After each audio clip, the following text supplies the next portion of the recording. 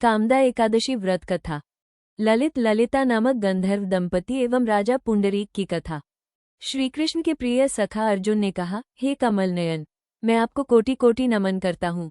हे जगदीश्वर, मैं आपसे प्रार्थना करता हूँ कि आप कृपा कर चैत्र माह के शुक्ल पक्ष की एकादशी कथा का भी वर्णन सुनाइए। इस एकादशी का क्या नाम है? इस व्रत को पहले किसने किया एवं इसके करने से किस फल की प्राप्ति होती है? श्रीकृष्ण ने कहा, हे अर्जुन, एक बार यही प्रश्न राजा दिलीप ने गुरु वशिष्ठ से किया था। वो वृतांत मैं तुम्हें सुनाता हूँ। राजा दिलीप ने गुरु वशिष्ठ से पूछा, हे गुरुदेव, चैत्र माह के शुक्ल पक्ष की एकादशी का क्या नाम है? उसमें किस देवता का पूजन होता है तथा उसका क्या विधान है? वह आप कृपापूर्वक बताइए। मुनि वशिष्ठ ने कहा, हे राजन, चैत्र माह के शुक्ल पक्ष की एकादशी का नाम कामदा एकादशी है। ये समस्त पापों को नष्ट करने वाली है। जैसे अग्नि काष्ठ को जलाकर राख कर देती है, वैसे ही कामदा एकादशी के पुण्य के प्रभाव से समस्त पाप नष्ट हो जाते हैं तथा तेजस्वी पुत्र की प्राप्ति होती है। इसके उपवास से मनुष्य निकृष्ट योनि से मुक्त हो जाता है और अंततः उसे स्वर्ग की प्राप्ति होती है। अब मैं इस एकादशी का महात्म्य सुनाता हूँ, ध्यानपूर्वक श्रवण करो। प्राचीन समय में भागीपुर नामक एक नगर था, जिस पर पुंडरीक नाम का राजा राज्य करता था। राजा पुंडरीक अनेक ऐश्वर्यों से युक्त था। उसके राज्य में अनेक अप्सराएं, गंधर्व, किन्नर आदि वास करते थे। उसी नगर में ललित एवं ललिता नाम के गायन विद्या में पारंगत गंधर्व स्त्री पुरुष अति संपन्न घर में निवास करते हुए विहार किया करते थे। उन दोनों में इतना प्रेम था कि वे अलग हो जाने की कल्पना मात्र से ही व्यथित हो उठते थे। एक बार राजा पुंडरीक गंधर्वों सहित सभा में विराजमान थे। वहां गंधर्वों के साथ ललित भी गायन कर रहा था। उस समय उसकी प्रियतमा ललिता वहां उपस्थित नहीं थी। गायन करते करते अचानक उसे ललिता का स्मरण हो उठा, जिसके कारण वह अशुद्ध गायन करने लगा।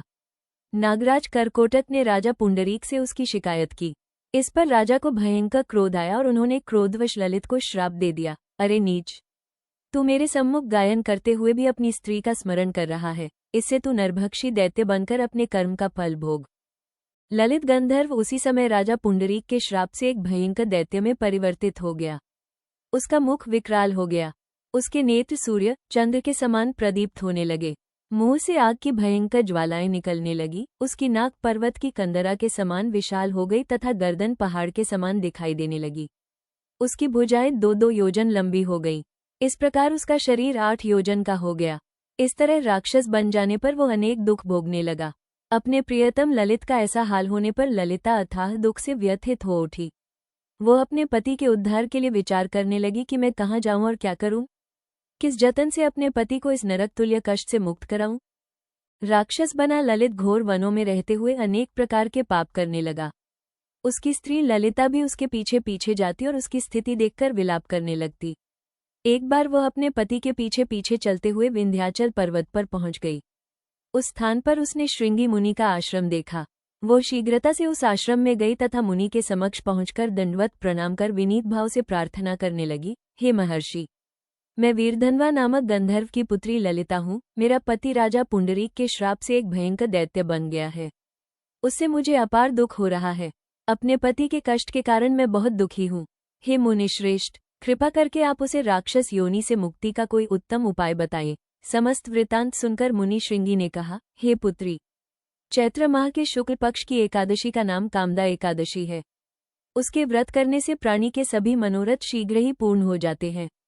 यदि तू उसके व्रत के पुण्य को अपने पति को देगी तो वो सहज ही राक्षस योनि से मुक्त हो जाएगा एवं राजा का श्राप शांत हो जाएगा। ऋषि के कहे अनुसार ललिता ने श्रद्धापूर्वक व्रत किया तथा द्वादशी के दिन ब्राह्मणों के समक्ष अपने व्रत का फल अपने पति को दे दिया और ईश्वर से प्रार्थना करने लगी, हे प्रभु, मैंने जो यह उपवास किया है उसका फल मेरे पतिदेव को मिले, जिससे उनकी राक्षस योनि से शीघ्र ही मुक्ति हो।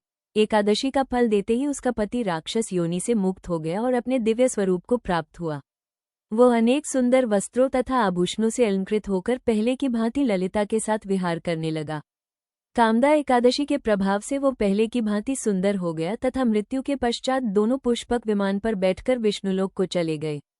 हे अर्जुन, इस उपवास को विधानपूर्वक करने से सभी पाप नष्ट हो जाते हैं। इस व्रत के पुण्य से मनुष्य ब्रह्महत्यादि के पाप तथा राक्षस आदि योनि से मुक्त हो जाते हैं।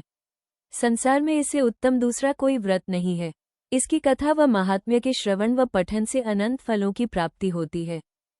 प्राणी अपने सुखों का चिंतन करे, ये बुरा नहीं है, किंतु समय असमय ऐसा चिंतन प्राणी को उसके दायित्वों से विमुख कर देता है, जिससे उसे भयंकर कष्ट भोगने पड़ते हैं। गंधर्व ललित ने भी राक्षस होकर निंदित कर्म किए तथा कष्ट भोगे, परंतु भगवान श्रीहरि की अनुकंपा का कोई अंत नहीं है। जय श्रीहरि।